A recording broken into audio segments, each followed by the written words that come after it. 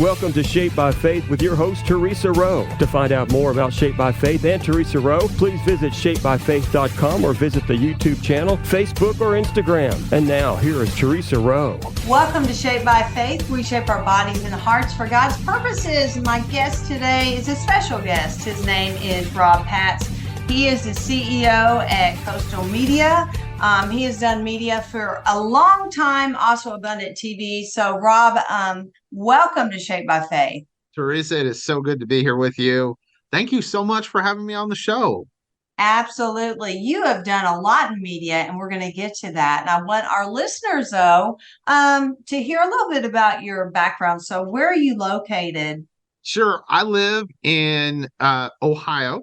I live in a little town called Defiance, Ohio. It's a great little town. It's about 40 minutes from Fort Wayne and about 45 minutes from Toledo. We're right between both of them.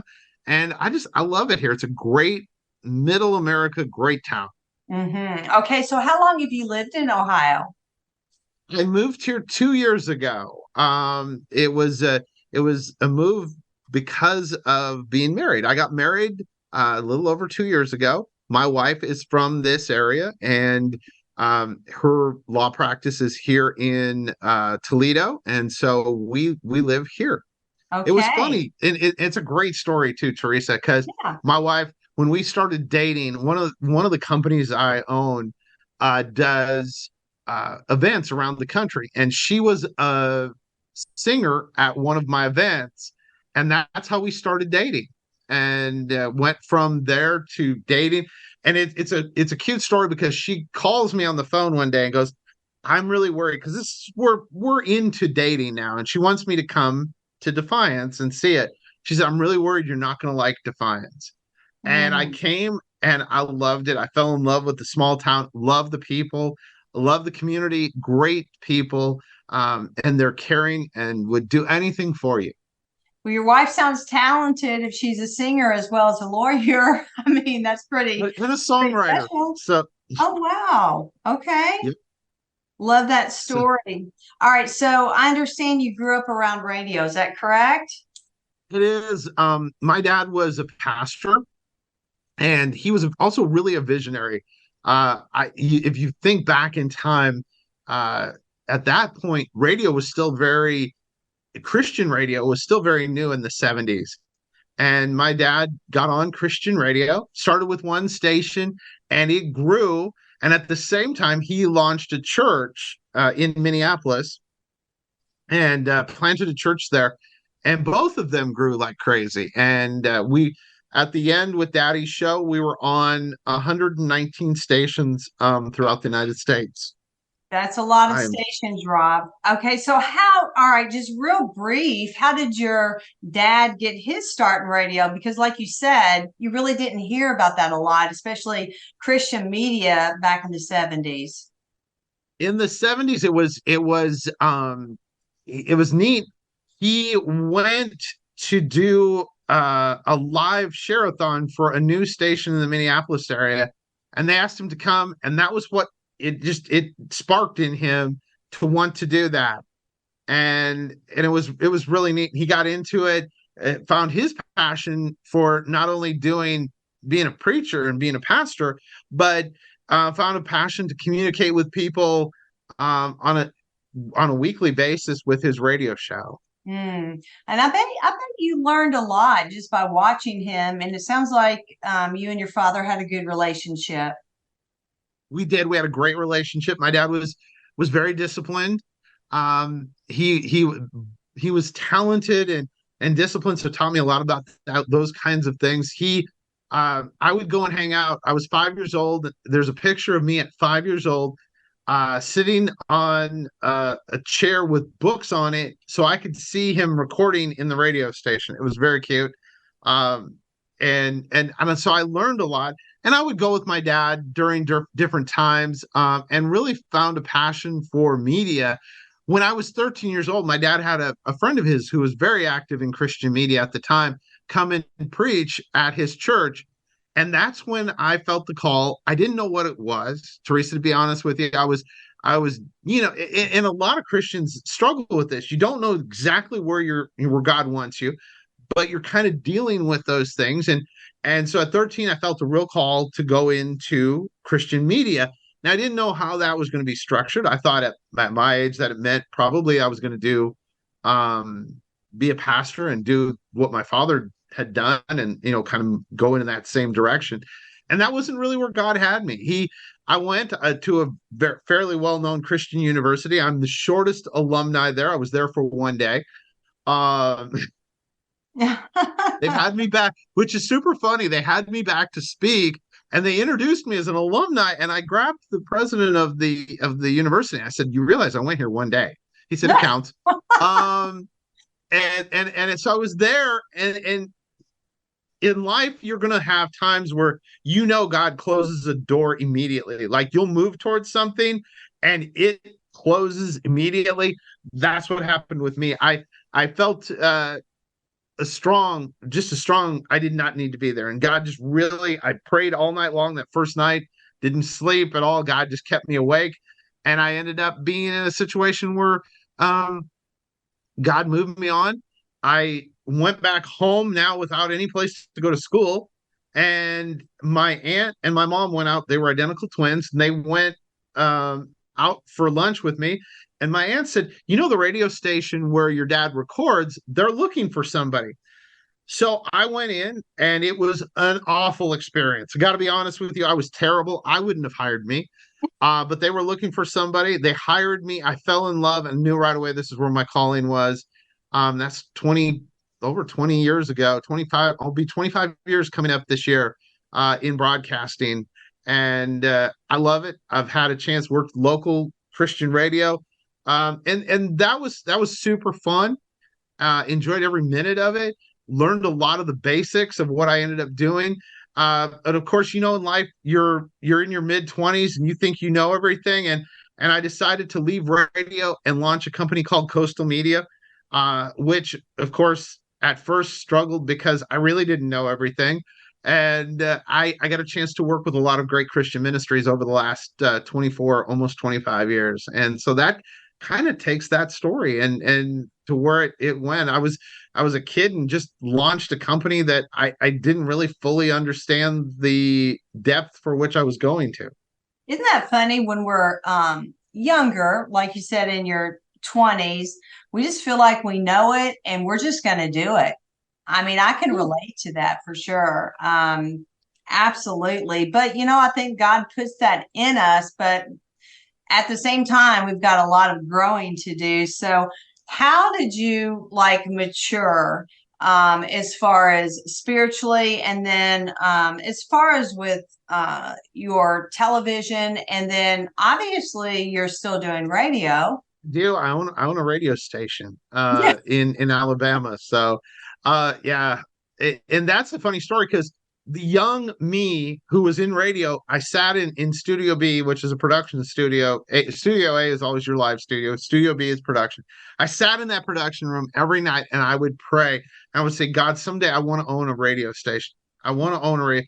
I should have prayed, God, if it's your will, I would love to own a radio station because it's a difference. Yes. I do. I own a radio station in Heflin, Alabama, and it's just super amazing opportunity there, and great smaller town and great community. But my spiritual growth, it was amazing in life. Of course, being a pastor's kid, you always you're around church, 7 days a week. It is and the thing, my father passed away in 2004, which was terrible for me, because I had an in-house, as I used to call him, my in-house pastor, and my dad was an amazing teacher besides being a pastor, and I would learn so much. And the neat thing, Theresa, is the last 2 years of his radio ministry, he was very sick. And we would still do his shows, but he would come to my studio in my office. My office suite had one of our offices was a complete studio. And he would come in there, and I knew he wasn't feeling well, but we would go through and do maybe 2 months worth of shows. And it was such an honor to be his co-host for the last 2 years of his show. And it was a special bond that we got to have. And so that was actually really I'll tell you, that was kind of a key moment in my life. I really started to dig into God's word because Dad would challenge me to get deeper with him, because he would ask, questions as a co-host, and I'd be over there like, and so that was kind of really a point where I started to really pray a lot more, and really seek, where God was leading me as far as my walk with him. That is really neat. Let's take a quick break. We'll be right back with more Shape by Faith. Everyone stay tuned. Welcome back to Shape by Faith, where we shape our bodies and hearts for God's purposes. My guest is Rob Patz. He's the CEO at Coastal Media. He owns a radio station and he owns Abundant TV, and we're going to talk about that. And Rob, I love your story. I love how you're just real, and you're just telling us that you didn't know it all in your 20s, and you had to learn along the way. It sounds like your father was an amazing mentor for you. And, He it's was. just incredible to have that relationship with your father, because so many young men do not have that relationship with their father. Totally agree. I had two great parents. It was a God thing. My Mhm. mom is an amazing, strong lady who is thankfully still here on earth with us, and she's a fighter, and she is an amazing woman of God too. And but my dad was, yeah, he in the media world, he was my first mentor as far as Christian radio, in Christian media and ministry. And it was super exciting to get to work with him, like I said. And it was, and a lot of the things that I have done in my career, he sowed the seeds long before he wouldn't have known technology. Like you mentioned, Abundant TV. Abundant TV is an app-driven Christian television network. We're the fastest growing Christian network in the world right now, which is really, really exciting. We're app-driven, so whether you're on Roku, Amazon Fire, or Apple TV, you can check us out. Or if you just have an app for your phone, you can. If you have an iPhone or an Android, just go to the store. It's Abundant TV. It's a big A. It's very easy to find.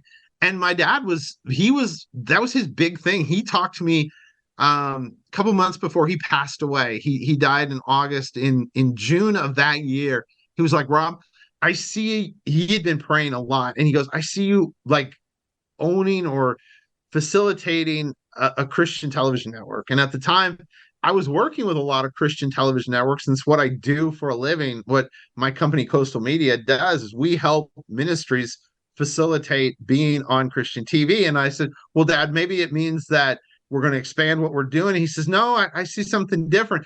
And that was one of those things that I just parked in my back pocket. I looked at a couple of, terrestrial over the air Christian television stations over the years, but never really was serious about buying one. And this opportunity came. We launched Abundant TV. My wife and I launched it May 5th of 2022. So we're a little over a year and a half old now. And God has just blessed it. It grows like crazy. Teresa's on there twice Yay. a day, Mhm. 9 a.m. and again at 6 p.m. Eastern time. And so, yes, and it's sad because 6 p.m. usually I'm hungry and wanting a snack about the time she comes on, and I'm like, I can't watch working out because I really just want something good to eat. And That's funny. Okay, so how hard is it, Rob, to launch your own TV network? I mean, to me, as far as technology, I'm like, oh my goodness, like, do you have to know a lot of, as far as the technology aspect? Do you have a team that helps you? I mean, how does that work? that's a great question. Yeah, it's a lot harder than you think. People go, oh, well, it can't be that hard. It's all on the computer. Everything's on computer and cloud and everything, right? And you're like, yeah, it is. I've got a great team of people. I'm very blessed to have a great staff and great folks who've helped us. And so we've been very fortunate.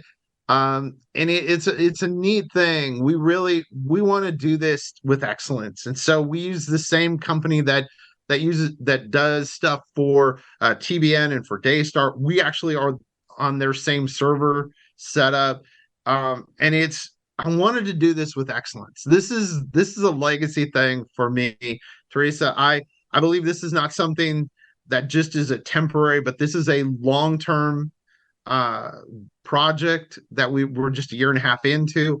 And we really look at it as the future. And the interesting thing is TV is going this way. You hear deals. Spectrum now, everybody that is going to sign up new for Spectrum starting in next year is going to be forced into an internet type box like what we do. And so we're excited. God has been opening some incredible doors. And we want people to enjoy Christian television. And that was kind of when we set this up. We sat and talked with our team, and I said, I don't want it to be cookie cutter television. I want it to be unusual. I want it to be different because I want to reach not only the people that are Christians, and that's a great audience, and we love having our Christian brothers and sisters on there, but I also want to reach people that are unsaved who flip by if they're on Roku and just searching channels. I want them to see us and go, huh, what is that guy? He and his wife are he's sitting there laughing. What are they talking about? And hopefully draw them in that way. Or we have great shows like yours where people go by and go, huh, that lady's exercising. I need to exercise and stop. Have a full place for people to come and find not only encouragement for their body and their mind and their soul, all of them. Well, you offer a big variety on Abundant TV, and people need to check it out. Like you said, they can check it out anywhere. What's so neat is that it can be streamed, and anyone can have access to it. I would love to hear about your show with your wife. So, what do you guys talk about? What's your show about? So we came up with the idea to do a show together. After we launched the network, and it's a lot of fun. My wife is she's very different than me. I'm very outgoing and let's do this, let's have fun. I'm that guy. And my wife is very much more reserved is a good word. And so we get together and it's a lot of fun because I'll like do the jokes and she'll laugh. And it's neat because now we'll go to churches or we'll go to events where people meet us. And they'll say, we watch your show because we wait for your wife to laugh at whatever you're saying. And the funniest part about it is 90% of what we talk about on our show is not scripted. It's just me ad-libbing from my time in radio, which will always do it for you. You can ad-lib. And so I come up with these jokes. A couple weeks ago, there was a bear that broke into a house and the bear got into the freezer and stole lasagna. Of course, I nicknamed the bear Anthony because obviously he's an Italian bear because he had to get some lasagna. Oh my gosh. That's great. People love watching something for one, Rob, that's clean, that doesn't have language in it. Okay, this is going to be okay. I can keep this on. If my child walks in here, it's fine. We need programs like that because just the basic TV lineup, I hate to say, even if the actors are great, some of the things that, they're putting in there is not appropriate for adults, not, much less a child to watch. So, and we need laughter. I mean, laughter is good medicine for the soul. We need more of that. How would you inspire someone that's listening and they're like, well, I'm good at video. I think I'm pretty good on the camera. How would you inspire them, and what is available for them to do in today's world with media? Media is exploding, and this is the most exciting time. I wish I was 20 years younger and had all the knowledge I have now, because it is exploding. And if you're out there and you feel this is a calling, and it is a calling, you have to, it's a lot of work. There's no such thing. And Theresa will probably tell you the same thing with her show. There's a lot of work that goes into it. But media is an amazing way to reach people. So if you have two things I always tell people, if you have a call in your life to be ministering to people, that's the first thing. And the second thing is you have to love the process of media. Media isn't just standing in front of the camera. Media is creating the content. It's shooting the content, it's editing the content, and then it's distributing the content. I would love to. And Theresa, you can have, if there's somebody out there that's listening and they want to know more, have them reach out. You can find me on social media. I'm everywhere. It's just Rob Patz. It's Patz, Rob, ROB. Usually there's a picture of me with either my radio station logo in the background or something like that. And I wear glasses. You can find me. And reach out to me. I would love to help you. I get a chance to mentor new people all the time, and that's always exciting. And it's Theresa, I truly believe that over the next 5 years, media in general is going to be the new way to reach the unchurched. Yes, I do too. Absolutely. Let's take a quick break. We'll be right back with more Shaped by Faith.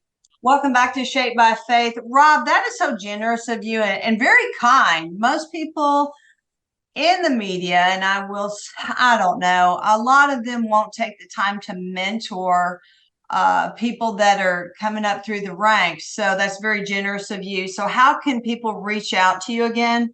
Well, you can find me on social media. I'm on LinkedIn, on Facebook. I have a public figure page on Facebook. That's probably the easiest way to get to me. I'm not the only person that runs that, but reach out, say you heard about me on this radio show, and then I'll reach back out. Just leave a phone number and stuff. That's probably the easiest way. Because email right now, they're probably scrambling around. It's hard to get my email. And so just find me on social media. I'm on Instagram, just Rob Patz. I'm on the other stuff too. I'm on X or whatever it's called now and all those things. So yeah, just find me, reach out. I would love to talk to you. If you're saying, I just really feel called to do ministry in media, we would love to help you. And like you said, it's not easy. You have to do the work that it requires. Like, like with television, whatever you're doing, you've got to be willing to put the work in and not just have it handed to you. So everyone needs to realize that when they see you and your wife doing a show, you've been doing this for years, and you've matured up through the ranks, and you are where you need to be. But just so people know that as well, how would you inspire other people to use their gifts? Why is it so important to use gifts for God's glory? Wow, that's a great question. The reason I think we need to use our gifts is because God gives each of us a special gift.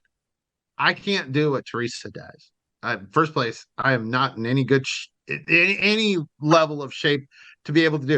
In fact, I told my wife, we were watching one of your shows, and I said, I don't think I could physically do that even. So that's Theresa's gift. She's amazing at her job, and she's amazing at communicating like she's doing here. Those are her gifts. Now you have a gift. Everyone that is a Christian has a gift. God's given each of us something special inside. Now find that gift.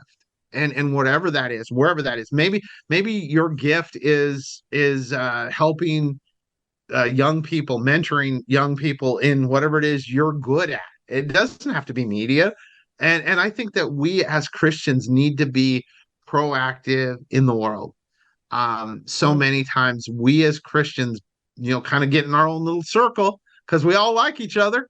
And sometimes the most uncomfortable thing is the best thing. I read a quote yesterday about that. If it's uncomfortable, it's probably going to you're going to grow because of it. So if it's uncomfortable to you, maybe you're uncomfortable mentoring somebody, or maybe you're uncomfortable doing something, whatever it is. I'll tell you, there are a lot of people that are uncomfortable with media, but maybe your gifting is in media, but you're uncomfortable right now. My wife, when we started, she didn't like the idea of really being on TV all the time. And now she's my best editor. She's learned how to edit, and she edits our show every week, and she does a fantastic job.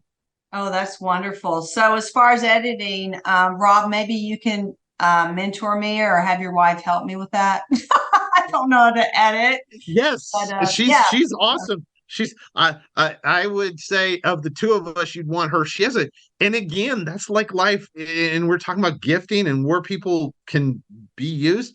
Find something that you're good at, and that's usually where God is going to use you. Maybe you're like a fantastic basketball player. Maybe you're listening right now and you were a high school athlete like I was. And maybe your opportunity is to teach other kids or now kids as an adult about basketball and also still be a shining light. You don't have to go in there preaching to them. They're going to know. That's good. That's good. Because I was going to bring that up next, like how to use your giftings to reach other people for Christ if it's like not in the media. And you just said it, just be that shining light, that beacon on the hill, be that person who will encourage that other person and come alongside of them. I mean, because people watch people. It's not necessarily what we say, it's how we live our life. And that's most important. How do you, because you're always, ever since I've met you, Rob, you have been so positive in everything you do. Have you always been like this? Yes. And I mentioned this earlier, that my mom and dad were like fantastic rocks to have for parents. My mom every day would wake me up because I had to get up early because I was an athlete. So I was like up before other kids. And my mom would wake me up every day with, "This is the day that the Lord hath made. I will rejoice and be glad in it." And my dad used to say this, and actually he preached a sermon about this. The I part means that you have an action. It doesn't mean that you're going to rejoice just because you're up. It's, I will rejoice. It's showing that you're taking the action to rejoice. And once you start doing that, Theresa, once you start saying, "Hey, listen, this is going to be an awesome day." And it may not be an awesome day. Terrible things happen to all of us every day. But if you get the mindset of, "This is the day that the Lord hath made, and I will rejoice in it," meaning that he's going to take care of me. He is there to help us. We're always going to find the positive side out of it. And that's what I've done. And so my mom woke me up like that every day. I still say it every morning when I wake up. "This is the day that the Lord hath made. I will rejoice and be glad in it." That is so good. Amen. Rob, thank you so much. You were amazing. I love what you do, and God bless you. Oh, thank you so much for having me on your show. Absolutely. And thank you for listening. I'm Theresa Rowe. Everyone have a blessed day. Bye. Thank you for listening to Shaped by Faith with Theresa Rowe. Remember to visit shapebyfaith.com to find out more about workouts, the TV show, podcasts, blogs, Shaped by Faith products, and much more.